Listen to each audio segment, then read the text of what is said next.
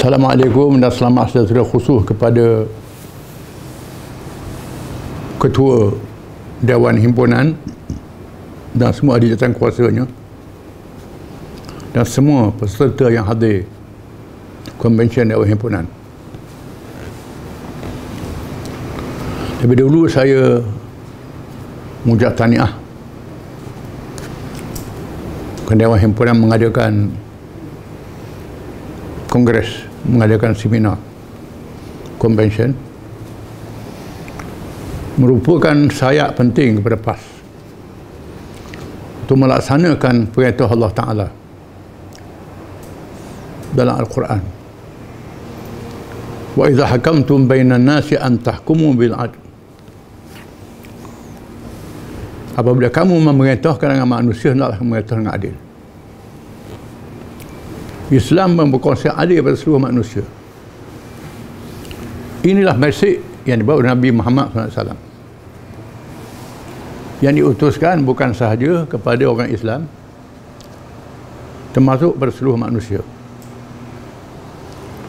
Dengan kita tak paksa penganut agama lain masuk Islam, terpulang pada mereka, walaupun kita harap mereka masuk Islam, tapi tak boleh paksa. Dalam masa yang sama, kita wajib menunjukkan keadilan Islam kepada semua. Oleh kerana itu, apabila ditegakkan kerajaan Islam yang pertama di Madinah, kita semua berlangkah melaksanakan konsep perpaduan ummah, menyatukan umat manusia.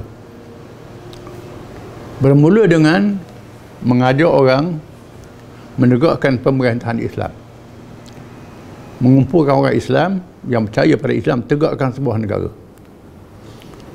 Dalam suasana dunia penuh dengan kezaliman, di masa itu ada kuasa-kuasa besar dunia, macam-macam agama, tapi tidak boleh memberikan keadilan kepada seluruh manusia, tak dapat melaksanakan konsep adil seluruh manusia. Maka kita diperintah menegakkan negara. Nak tegak negara, mestilah mereka percaya kepada Islam dulu. Ditegakkan negara.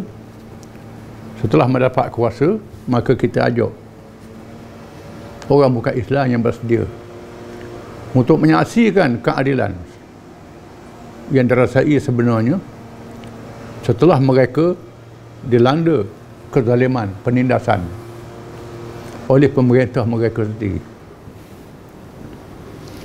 Terdapat orang bukan Islam, penganut agama Yahudi, Kristian dan agama musyrikin penyembah berhala, yang bersedia berada di bawah kerajaan Islam, dipimpin Nabi Muhammad SAW. Setelah Nabi Muhammad meninggal dunia, disambut oleh Khulafa' Rasyidin.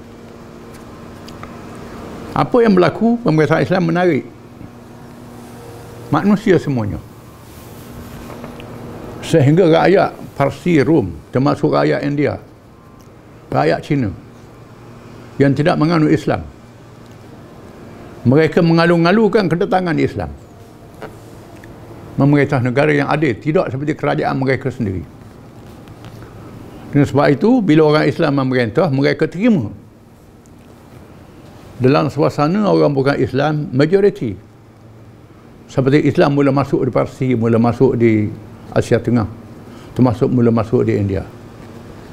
Orang bukan Islam adalah majoriti, orang Islam adalah minoriti. Tapi orang Islam yang berkuasa menunjukkan adil kepada semua. Kalau raja dia salah, pemimpin salah pun dihukum. Undang-undang kena pada semua. Kedatangan Islam bukan menjajah seperti penjajah yang datang untuk merampok, merampas, memperhambakan orang. Tidak. Menunjukkan adil untuk semua. Menyebabkan rakyat-rakyat ini menerima pemerintahan Islam. Selepas itu mereka masuk Islam. Ramai masuk Islam. Kalian tengok.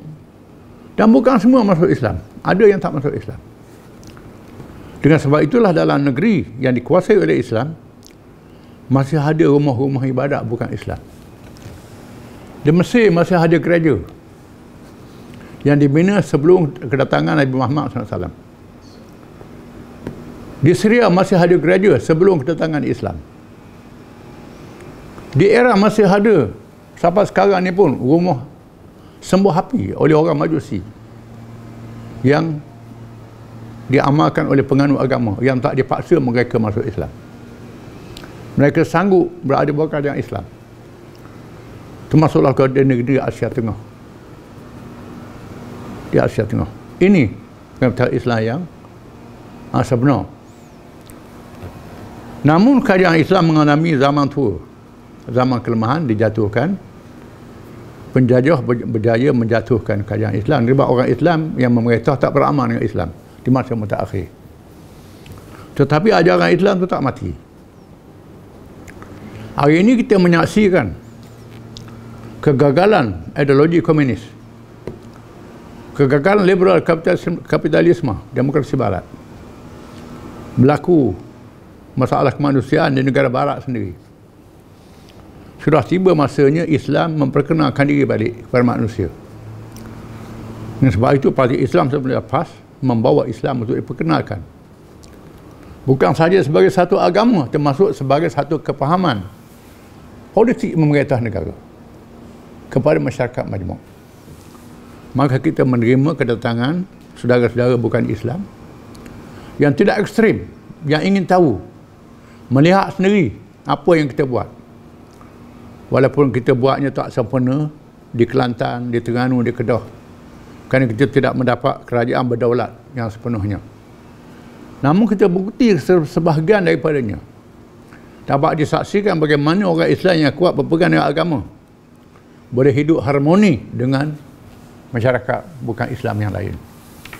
Di seluruh tempat, bila orang Islam kuat berpegang dengan agama, mereka tak zalimi orang bukan Islam. Boleh hidup bersama. Ini dapat disaksikan. Inilah mesej yang dibuat parti Islam sampai lepas. Kita syukur kepada Allah Ta'ala kerana di tanah air kita ni ada orang bukan Islam yang sanggup terima PAS. Maka saya ucap terima kasih kepada rakan-rakan yang menubuhkan Dewan Himpunan yang ikut serta dalam PAS, mengenali PAS dari dekat, memahami apa dia PAS, apa dia Islam. Dan kita harap mesej ini akan disampaikan kepada rakan-rakan yang lain yang tak tahu, yang tak kenal. Kita sangat mengharapkan untuk memenangkan kita dalam pilihan raya sehingga kita memerintah negara. Kita buktikan kita adalah terbaik, lebih baik daripada yang lain. Maka saya sangat mengalu-alukan convention yang diadakan ini. Mudah-mudahan merapat hubungan antara kita semua. InsyaAllah Dewan Himpunan akan menjadi satu jentera yang penting kepada PAS untuk buka pintu yang menjenguk ke arah masyarakat bukan Islam dengan kita, supaya menerima Islam adalah tempat untuk mereka bergantung. Kalau mereka boleh bergantung dengan ideologi komunis, ideologi kapitalis, ideologi liberal kapitalisme, demokrasi barat yang bukan daripada China, bukan daripada India, mengapa mereka tak boleh terima Islam? Sepatutnya mereka baca buku-buku Islam, buku Islam. Dan di sana ada buku-buku tulis orang bukan Islam sendiri yang menyebut jasa Islam bila Islam memerintah. Di China ada sejarah dia, bagaimana Islam mentadbir sebahagian wilayah China. Di India ada sejarahnya. Kalau tak silap saya, Jawaharlal Nehru pernah tulis buku The Discovery of India. Dalam buku ini, Nehru menyebut jasa Islam terhadap pembangunan di India, masyarakat India yang dikenal. Yang datang merosot ialah penjara British yang datang merosotkan. Sehingga Islam dihalang begitu rupa di India dan seluruh dunia. Jadi hari ini kita melihat kuasa-kuasa penjajahan itu mula lemah dan Islam terselah balik. Dan saya mengalukan Dewan Himpunan bersama dengan kita dalam menyampaikan mesej kepada seluruh manusia. Saya alukan selamat mengadakan convention. Terima kasih. Wassalamualaikum warahmatullahi wabarakatuh.